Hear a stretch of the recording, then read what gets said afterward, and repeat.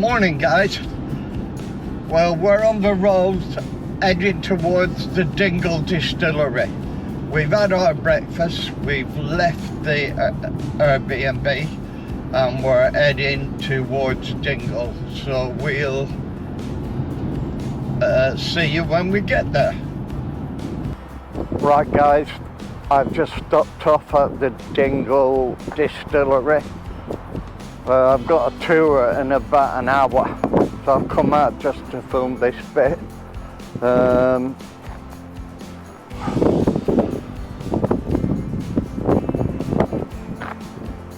this is where I am today.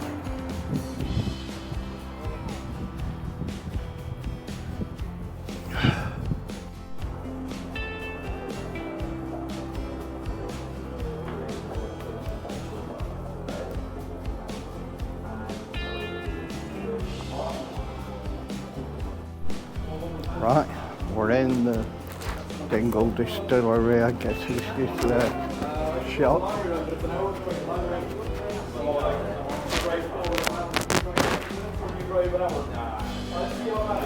Yeah, look, it smells absolutely lovely.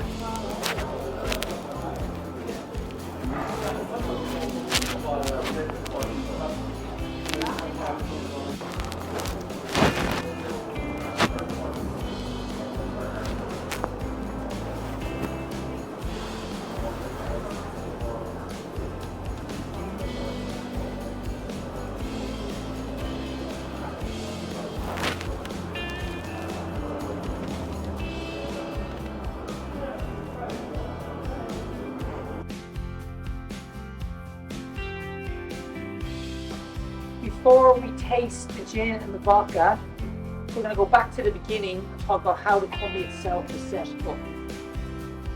So the doors were opened first in 2012. Okay, it was set up by three donors. Okay, three guys. Oliver Hughes, his vision was his dream. He set up the whole thing. Peter Mosley and Liam Lafferty.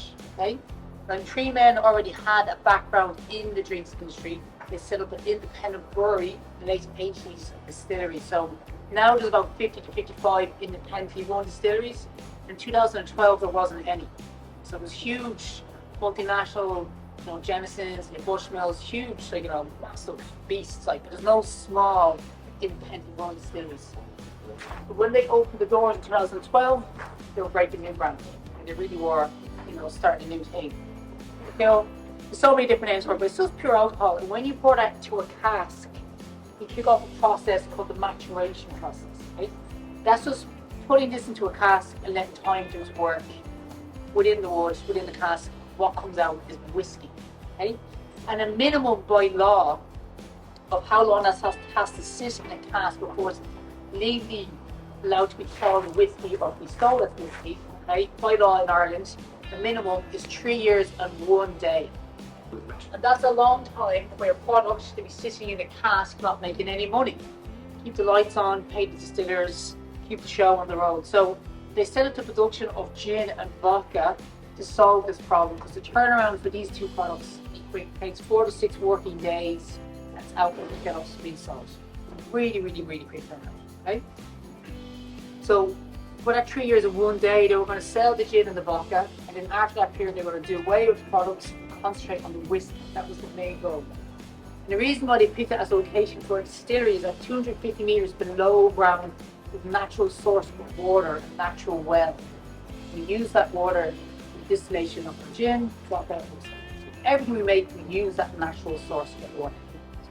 Both the vodka and the gin, they both start life out as pretty much the same thing. It's a 4 times distilled, neutral, wheat-based spirit we get from France. And what we do when we distill it a 5th time is we add it into our copper stills. So everything here is distilled in copper stills. When we distill a 5th time in the copper stills, we also add our well water. So we dilute the alcohol content down. And the end product.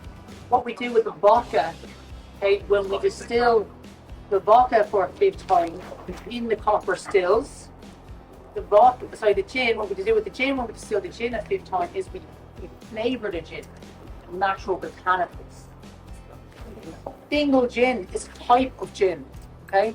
And the type of gin that we're making is a London dry gin.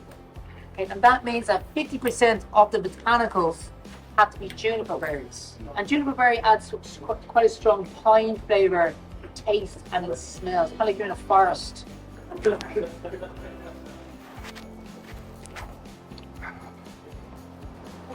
Right, so behind me here, okay, this is the Dingle Distillery. Okay. Everything is made in this one location. There's no other premises doing any other distillation. All our gin, vodka, whiskey, everything's made in a small tin shed, okay? Quite small for a distillery. Okay, so up there we have our triple copper distilled. Can you see that? Okay. That's where we make our triple distilled whiskey. Talk about that when we go upstairs. And behind me here, we have a wooded mash bill. See that? How about this more in a couple of minutes ago? There's only 2 wood mash bills in the country. Open doors 2012. We make spirits sitting in the cask for 3 years for 1 day, not making any money. They had to come to ways to make money instead of production of the gin and the vodka. Both of them were successful, but the gin was huge. So when we started to distill the gin for a big time, we put it into the copper still and we add our botanicals, things we're smelling in the jars. And so just sitting there and the spirit soak up the flavours and the aromas, soak up the flavour of the botanicals. After that 24-hour period, we start to heat up all our copper stills, okay? They all have iron circular rings at the base of them, it's kind of like a kettle, okay? We start to heat up those iron rings. Heat up that mixture of spirit and botanicals. It starts to bubble away. Eventually, vapors start to rise from the spirit, and they go up the upper neck. And the vapors are soaking up more of the flavours and the aromas of the botanicals because they're hanging there longer. As the vapors start to come back down, they start to cool down, okay?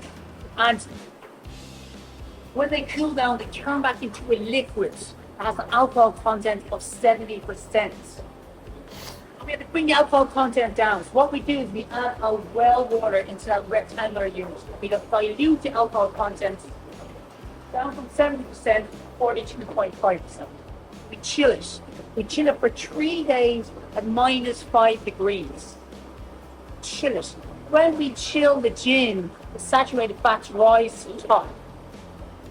Then we take that IBC down the road, it's over there, okay, to a bottling plant, kilometre down the road, and everything is bottled by hand. So is that full of gin now, or? No, that's it. Actually, it is. You can see the line there. Because that's an expensive doorstop. That is the expensive doorstop. Yeah. No, it is. Oh, it works. Gin, we use one solitary copper still. She's called Ashley. In the corner, we have another one copper still.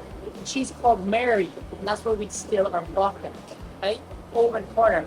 And Mary's named after her colleague who used to work here, Mary Pater, larger than life character, amazing person. Everybody loved her, beautiful person. But Mary died a couple of years ago very prematurely, and the company and the staff wanted to honour her memory, and we called her Mary in her honour. So we make single malt, which is made from 100% malted barley. Okay, we also make pot still whiskey, which is made from a combination of malted barley and unmalted barley. Okay, 2 types of whiskey.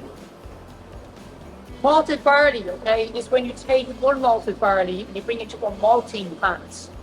And you put the seeds, the kernels, into like stainless steel containers, and you trick the seeds to take it at a certain time of year. And then they start to sprout. And when they sprout, they produce a substance called maltose. Okay? That's how you malt barley. And we get the malted barley from 2 malting plants in the country. We get deliveries of malted barley and unmalted barley every couple of days. And we deliver to us here. And behind these doors, okay, you can't see them, but over there, we have these things called silos. And we put these seeds into the silos, and what we do is we lightly push the seeds. We don't want to completely push them, we just want to lightly open them up. And what comes out is a substance called grist. Like single malt whiskey. We take 1 ton of malted barley grist. We mix it all up. It's kind of like making a porridge, okay? We kick off the distillation process, use that fruit beer as the base level. What that is our single malt. It's our staple whiskey, we make it all year round. And it's a blended whiskey. What that means is we take the new make spirit, okay, after it's triple distilled, and we pour it into bourbon casks and sherry casks at the same time. And they both sit there for a period of 6 years. What's it? So this is the bourbon, and this is the sherry. Okay. So if you look at the PX there, that's the sherry. PX, and that's what the sherry cask is. So the bourbon and the sherry. So for 6 years, the new make spirit is sitting and maturing in a bourbon cask and a sherry cask for the exact same amount of time. When the 6 year period is up, okay, we open up the casks and we bring them back to our warehouse. This is the bourbon cask. And what we do is we open up the bourbon cask and the sherry cask. We pour in 40% of the bourbon and 60% of the sherry, and we blend them together. We mix them together. But it's quite cool. Like, I don't think there's any right or wrong way to drink whiskey. Some people disagree, but I think you can. Okay. For the first 3.5 years, they're all matured in a bourbon cask. First 3.5 years. The next 3.5 years, we take them out of the bourbon cask and finish them in a different cask. Each separate one is finished in a different cask. So each separate one has a different cask finish. So a cask finished whiskey means. Does that make sense? Blended whiskey means they're both happening maturing at the same time, and then poured them together. And a cask finish is like they're happening one after the other.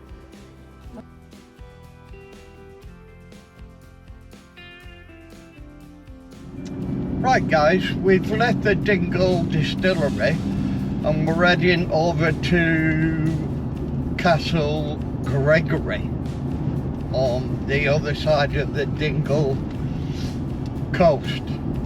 The wind is blowing horrendous. I did pull up to set one of the GoPros on time warp, and it was blowing, the car was just shaking with the wind. Hey, it's all a part of the adventure, isn't it? Anyway, Castle Gregory, here we come. So we'll see you when we get there.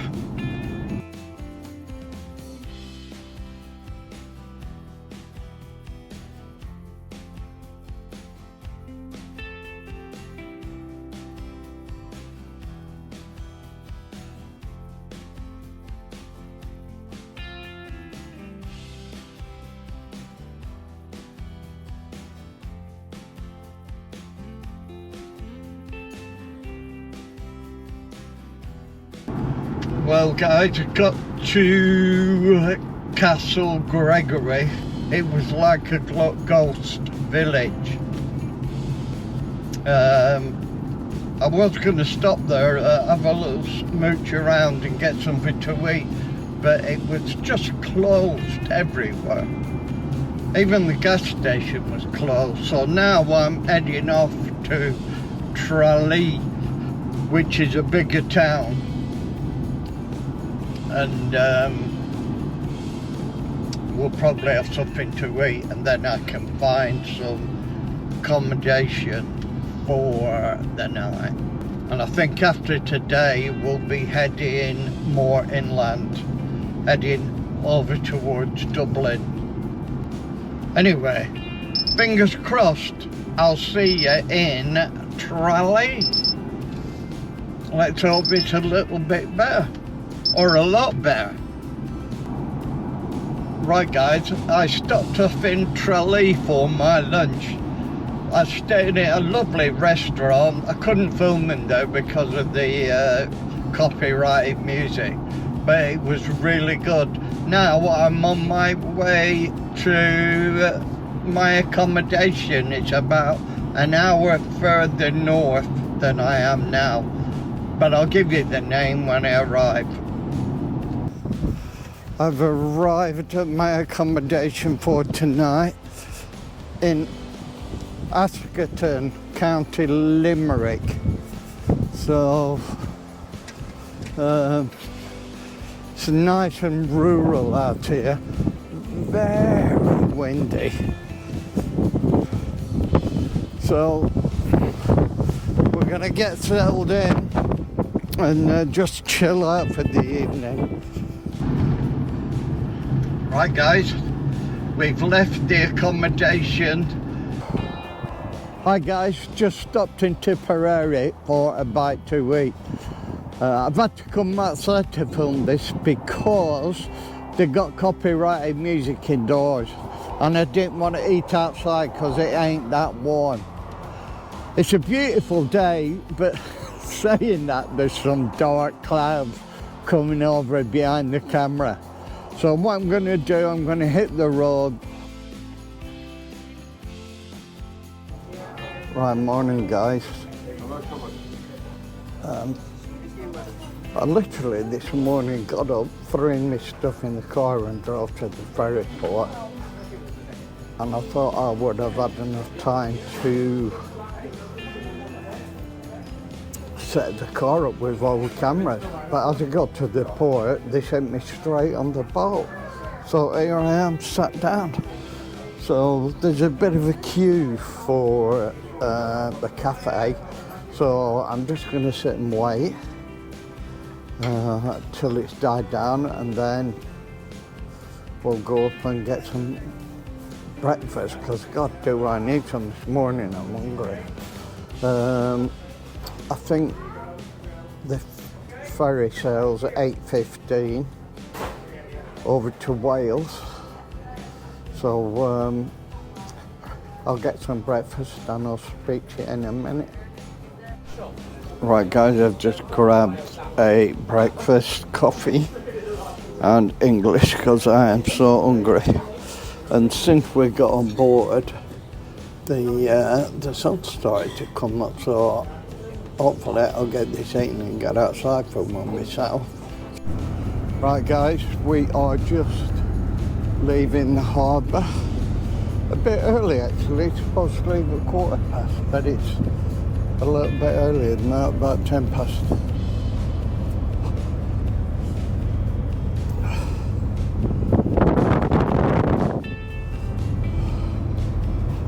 Engines are quite noisy.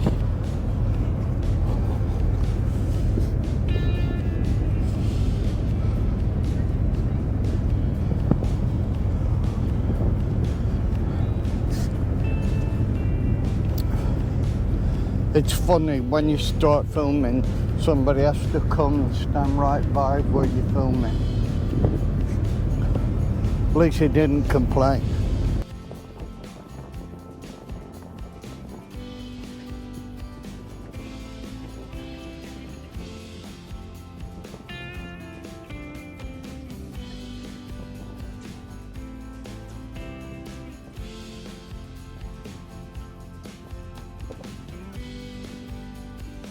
That's a beautiful sunrise. I don't know how well you can see it on the film, but it looks lovely over there. And there's Ross there, or we've just come out of.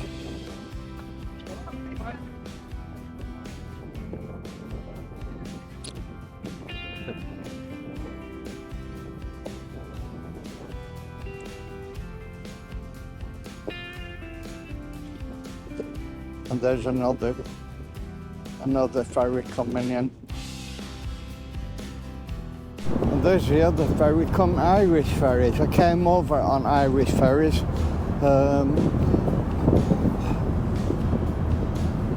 Well, let's just say I came over on them. Couldn't get any food. I don't know if you can see that sunrise in the distance. It looks beautiful from here.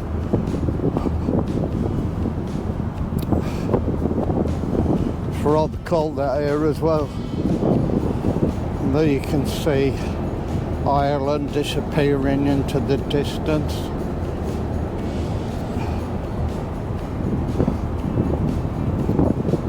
We're quite close to that ferry, a lot closer than it probably looks on the camera. Hopefully it'll make some good footage.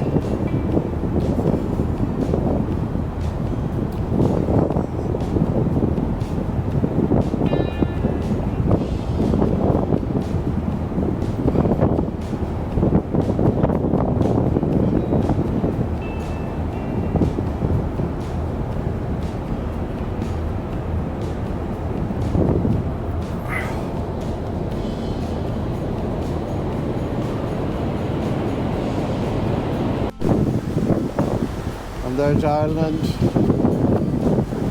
the last time. For now anyway. Hopefully we'll come back soon. Accompanied with 2 French bulldogs with a bit of luck. Just got to figure out what the logistics are of getting French bulldogs over to Southern Ireland.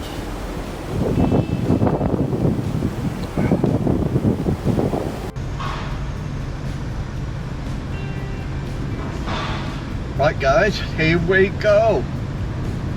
Coming off the ferry. So bye bye Ireland, hello Wales. It's gonna be around a 7-hour drive to get back to Essex. So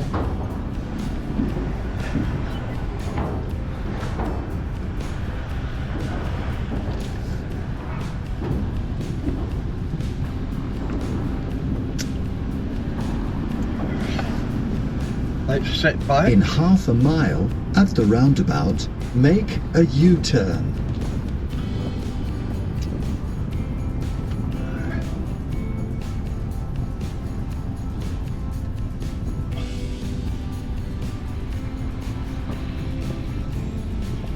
I don't think this is where I came.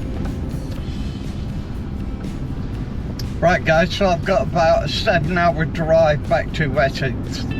So let's sit back and cruise along, and we'll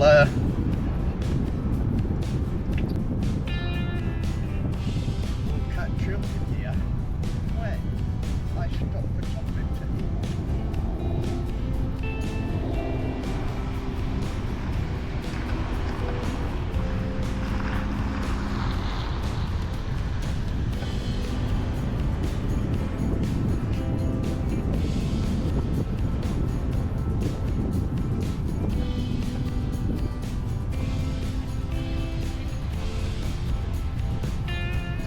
the old Bill here watching us, God knows why.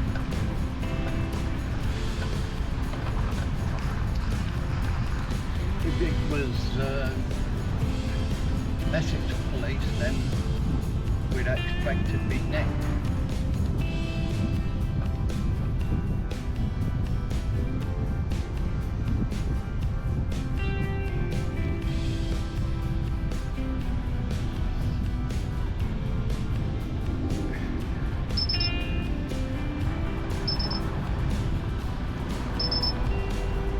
In 0.1 miles at the roundabout, make a U-turn.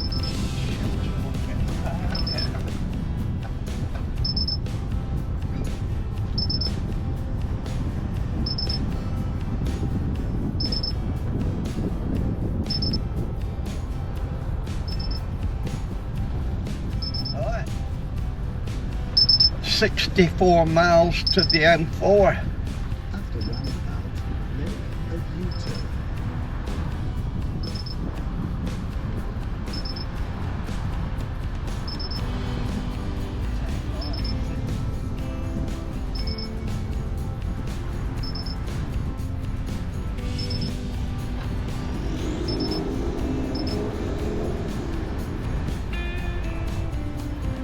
Well guys, this is the end of the trip.